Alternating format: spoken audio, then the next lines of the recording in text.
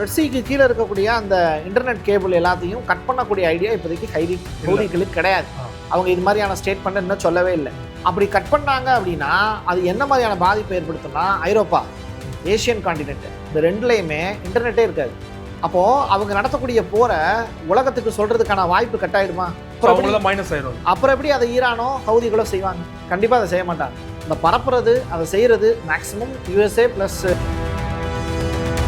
NATO team என்ன சொல்கிறாங்க, என்னை கேட்டால் போற ஆரம்பிச்ச, நீயா தானே ஆரம்பிச்ச, நீயே சண்டை ஓடு, இல்லை நேட்டோவில் அந்த மாதிரி தீர்மானம்லாம் இருக்குல்ல, அவனா வந்து உன்னை அடித்தான், அவன் வந்து உன்னை அடித்தான்னா ஓகே, நீயா போய் ஒரு சும்மா இருந்தவனை போட்டு டொம்மு டொம்மு டொம்மு டொம்முன்னு போட்டு அடிச்சிட்டு இருக்க, அப்போ அவன் திருப்பி அடித்தான் அப்படின்னா வலிக்குதுன்னு அழுகுற, அது மட்டும் பத்தாதுன்னு சொல்லிட்டு என்னைய வேறு அடி வாங்க கூப்பிடுற, நான் வரமாட்டேன் அப்படிங்கிறான் யூரோப். இதில் என்ன தப்பு இருக்குது?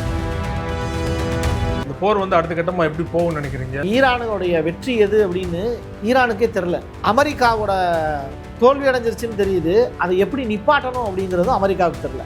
அமெரிக்கா கிட்ட கடைசியாக ஒரு ஆயுதம் ஒன்று இருக்குது, அதான் அணு ஆயுதம். அதை அவங்க எடுத்தாங்கன்னா மட்டும்தான் இந்த போர் வந்து முடிவுக்கு வரலாம். அப்படியே அது நடந்ததுன்னா கூட அடுத்து உலகத்தில் எவனுமே பெட்ரோலும் டீசலும் யூஸ் பண்ண முடியாது. அப்போ என்ன ஆகும்? எல்லா நாடுகளும் சேர்ந்து இருக்கிற கோவத்தை அமெரிக்கா மேலே காட்டுவாங்க. அப்போது அமெரிக்கா எல்லா நாடுகள் மேலேயும் அணு ஆயுதம் போட முடியுமா? கையை பின்னாடி கட்டி வச்சு எல்லாரும் வந்து அடிக்க ஆரம்பிச்சிடுவாங்க. இப்போ காலில் விழுகிறதுக்கு அமெரிக்கா ரெடியாக இருக்காங்க. ஈரான் என்ன சொல்கிறாங்க, விழுகிறது விழுகிற, தோத்துட்டேன்னு ஒழுங்காக சொல்லு. அதென்ன 5 நாளைக்கு வந்து அடிக்க மாட்டேன் அப்படின்னு சொல்கிறது? தோத்துட்டேன்னு சொல்லி விட்டுறேங்கிறாங்க.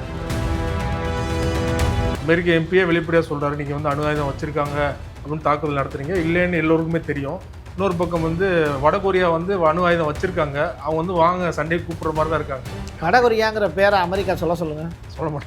அவன் சொல்லியிருக்கான், கிம்மு ஒரே ஒரு ஏவுகணை தரேன், அதை வச்சு இஸ்ரேலுங்கிற நாடே இல்லாமல் ஆக்கிடு, வா அதுக்கப்புறம் வந்து பேசுவோம் அப்படின்னு ஈரான்கிட்ட சொல்லியிருக்காங்க.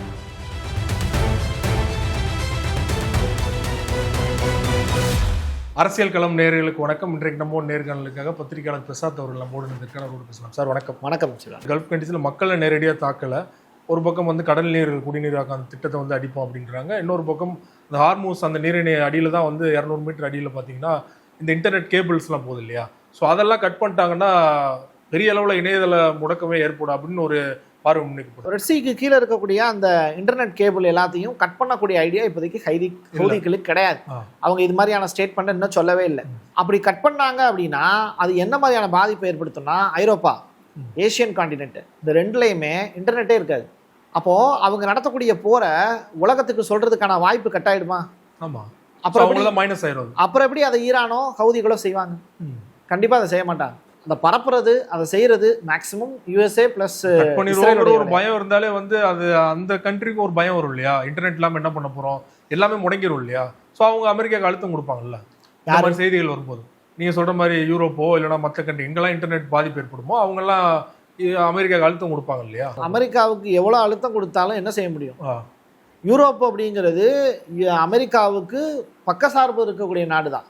அவங்களால அமெரிக்காவை எதிர்த்துலாம் செய்கிற அளவுக்கு அவங்கள்ட்ட ஒன்றுமே கிடையாது. ஆனால் வெளிப்படையாக நீங்களும் போரில் வந்து கலந்துக்கங்க, நேட்டோ படை அனுப்புங்கன்னு சொல்லியும் வந்து அவங்க மறுத்துட்டாங்க இல்லையா.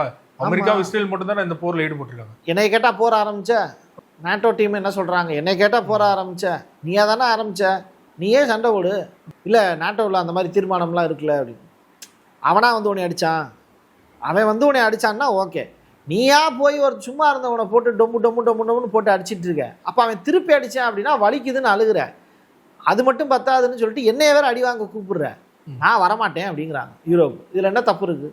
அதே மாதிரி இந்த போரில் வந்து பிரிட்டனும் இணைஞ்சிட்டாங்க. கிட்டத்தட்ட மொரிசியஸ் பக்கத்தில் ஒரு இடத்துல வந்து தாக்கியிருக்காங்க. கிட்டத்தட்ட 2000 கிலோமீட்டர் தான் போகும் ராக்கெட்டு ஏவுகணை, 4000 கிலோமீட்டர் வரைக்கும் போகுது, நீங்கள் வந்து சொல்லவே இல்லை. ஸோ இதே மாதிரி வந்து ஏமாத்திட்டாங்க. அதை வந்து இஸ்ரேல் வந்து வெளிப்படையாக கையில் எடுத்திருக்காங்க இல்லையா இந்த ஒரு பிரச்சாரத்தை. ஆக்சுவலி வந்து டியாகா கார்சியான்னு சொல்லிட்டு ஒரு இடம், அதை தான் நீங்கள் சொல்கிறீங்க. ஆமாம். ஸோ அந்த இடத்துல வந்து அமெரிக்காவை வந்து வாடகைக்கு எடுத்திருந்த இடம் அது. ஆமாம். பிரிட்டன்கிட்டருந்து வாடகைக்கு எடுத்த இடம் அது. வந்து இப்போது அந்த இடத்துல அட்டாக் பண்ணுறதுக்கு வந்து ஈரானுக்கு முடியும் அப்படிங்கிறத சொல்லியிருக்காங்க. ஈரான் 4000 கிலோமீட்டர் தாண்டி வந்து கொரம் அப்படிங்கிற அந்த ஏவுகணையை வந்து ஏவுனாங்க. ஆனால் அது கடலில் தான் போய் விழுந்துச்சே தவிர அந்த தீவில் போய் விழுகலை. அதை இங்கிலாந்துடைய பிரைம் மினிஸ்டரும் சொல்லிட்டார்.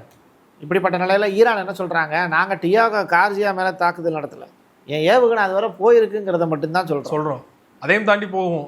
அப்போ என்ன, அங்கேருந்து நீ அடிச்ச அப்படின்னா இங்கிலாந்துக்கே விடுவேன் அப்படிங்கிறாங்க. அப்போ இங்கிலாந்து என்ன பண்ணுவான்? செய்வானா? திருப்பி மறுபடியும் இந்த வேலையை செய்வானா? செய்ய மாட்டான். அது ஒரு மிரட்டல் தான். இல்லை, இப்போ யூரோப் கண்ட்ரிஸு தாக்க ஆரம்பிச்சிட்டாங்க அப்படிங்கிற ஒரு பிரச்சாரத்தை முன்னெடுக்கிறாங்க இல்லையா இஸ்ரேலில்? யூரோப் கண்ட்ரிஸும் தாக்குதலுக்கு வரணும் அப்படின்னு தான் நெதன்யாகு சொல்றாரு. அவர் வந்து ஆசைப்படுறாரு, காரணமா சொல்றாங்களே வேர்ல்டு வார் 3 வரணும்னு ஆசைப்படுறாரு. அவர் நினைக்கிறது தப்பு இல்லை, ரைட்டா? ஆனா இவங்கெல்லாம் வரமாட்டாங்கல்ல. நீயே சண்டை போட்டுக்கோ, வேர்ல்டு வார் 3லாம் வராது தம்பி, நீயா வந்து சண்டை போட்டுக்கோ, நீ கிரேட்டர் இஸ்ரேல் அப்படிங்கிற அந்த நோக்கத்தை நோக்கி போற, அதுக்கு நாங்கள் ஆள் கிடையாதுன்ட்டாங்க. இந்த போர் வந்து அடுத்த கட்டமாக எப்படி போகும்னு நினைக்கிறீங்க? இப்போ வந்து ஈரான் வந்து உறுதியாக இருக்காங்க, அமெரிக்கா வந்து இறங்கி வந்துட்டாங்க, இஸ்ரேல் வந்து விடாப்பிடியாக இருக்காங்க, அங்கே வந்து ஒரு ரெஜிம் சேஞ்ச் வந்து வர்றது வரைக்கும் நான் விடமாட்டோன்னு. போர் அடுத்த கட்டமாக எப்படி போகும் நீ யூகிக்கிறீங்க? இந்த போர் குறைந்தபட்சம் வந்து ரஷ்யா உக்ரைன் போர் எப்படி எங்கே நிப்பாட்டணும்னு தெரியாமல் தொடர்ச்சியாக நடந்துக்கிட்டு இருக்கோம், ரைட்டா? அது மாதிரி இந்த போர் நடந்துக்கிட்டே தான் இருக்கும், ரைட்டா? இதில் ஈரானுடைய வெற்றி எது அப்படின்னு ஈரானுக்கே தெரில.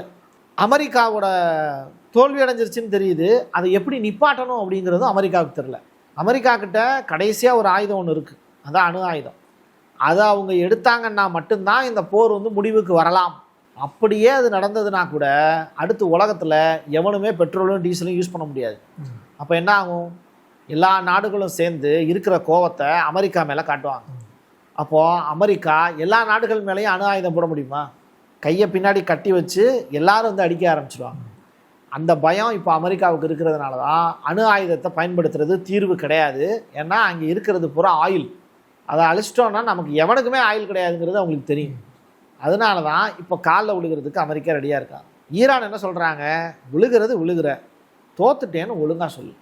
அதென்ன 5 நாளைக்கு வந்து அடிக்க மாட்டேன் அப்படின்னு சொல்கிறது? தோத்துட்டேன்னு சொல்லி விட்டுறேங்கிறாங்க, ரைட்டா? அவர் எப்படி சொல்லுவார்? அதை அவரால் சொல்ல முடியாது, ஏன்னா ஈகோ, ரைட்டா? அவர் சொல்கிற வரைக்கும் ஈரான் போரை நடத்திக்கிட்டே தான் இருக்கும். அமெரிக்க எம்பியே வெளிப்படையாக சொல்கிறாரு, நீங்கள் வந்து அணு ஆயுதம் வச்சுருக்காங்க அப்படின்னு தாக்குதல் நடத்துறீங்க, இல்லைன்னு எல்லோருக்குமே தெரியும். இன்னொரு பக்கம் வந்து வடகொரியா வந்து அணு ஆயுதம் வச்சுருக்காங்க, அவங்க வந்து வாங்க சண்டே கூப்பிட்ற மாதிரி தான் இருக்காங்க, அவங்களால தான் நமக்கு அச்சுறுத்தல் இருக்குது, நீங்கள் அவங்க மேலே தாக்குதல் நடத்தாமல் ஈரான் மேலே தாக்குதல் நடத்துறீங்கன்னு சொல்லிட்டு உள்ளேயே ஒரு கிளர்ச்சி ஏற்பட்டுருக்கு. வடகொரியாங்கிற பேரை அமெரிக்கா சொல்லுங்கள். சொல்ல மாட்டேன். அவன் சொல்லியிருக்கான், கிம்மு ஒரே ஒரு ஏவுகணை நீ கேளு நான் தரேன், இஸ்ரேலுங்கிற நாடே இல்லாமல் ஆக்கிது. இப்போ ரீசெண்டாக ஈரான் கிம் அவர்கள் சொன்னது, யார்? வடகொரியாவினுடைய அதிபர் கிம் அவர்கள் சொன்னது, ஒரே ஒரு ஏவுகணை தரேன், அதை வச்சு இஸ்ரேலுங்கிற நாடையே இல்லாமல் ஆக்கிடு, வா அதுக்கப்புறம் வந்து பேசுவோம் அப்படின்னு ஈரான்கிட்ட சொல்லிடுறாங்க. அதெல்லாம் ஈரான் கண்டுக்கவே இல்லை. ஈரான் வந்து என்கிட்ட ஆயுதம் இருக்குது, நான் பார்த்துக்கிறேன் அப்படிங்கிற அளவுக்கு போயிட்டு. நீங்கள் கூட பேசும்போது தொடர்ச்சியாக கொலம்பியாவில் ஒரு விமான விபத்து, அதுக்கப்புறம் அமெரிக்காக்குள்ளேயே விமான விபத்து, அமெரிக்காவில் ஈரானோட ஸ்லீப்பர் செல்ஸ்லாம் இருக்க வாய்ப்பு இருக்குன்னு சொல்லியிருந்தீங்க இல்லையா? அதை பற்றி சொல்லுங்கள். அமெரிக்காவில் ஸ்லீப்பர் செல்ஸ் அப்படிங்கிறது இருக்காங்க அப்படின்னு நம்ம சொல்லலை. ட்ரம்ப் வந்து என்ன சொல்லியிருக்காருன்னா, ஈரானுடைய ஸ்லீப்பர் செல்ஸு அமெரிக்காவுக்குள்ளே புகுந்துட்டாங்க அப்படிங்கிற ஸ்டேட்மெண்ட்டை அவர் சொல்லியிருந்தார். ரெண்டாவது, நேற்றைய தினம் 2 ஃப்ளைட் வந்து கிளாஷ் ஆகிடுச்சு.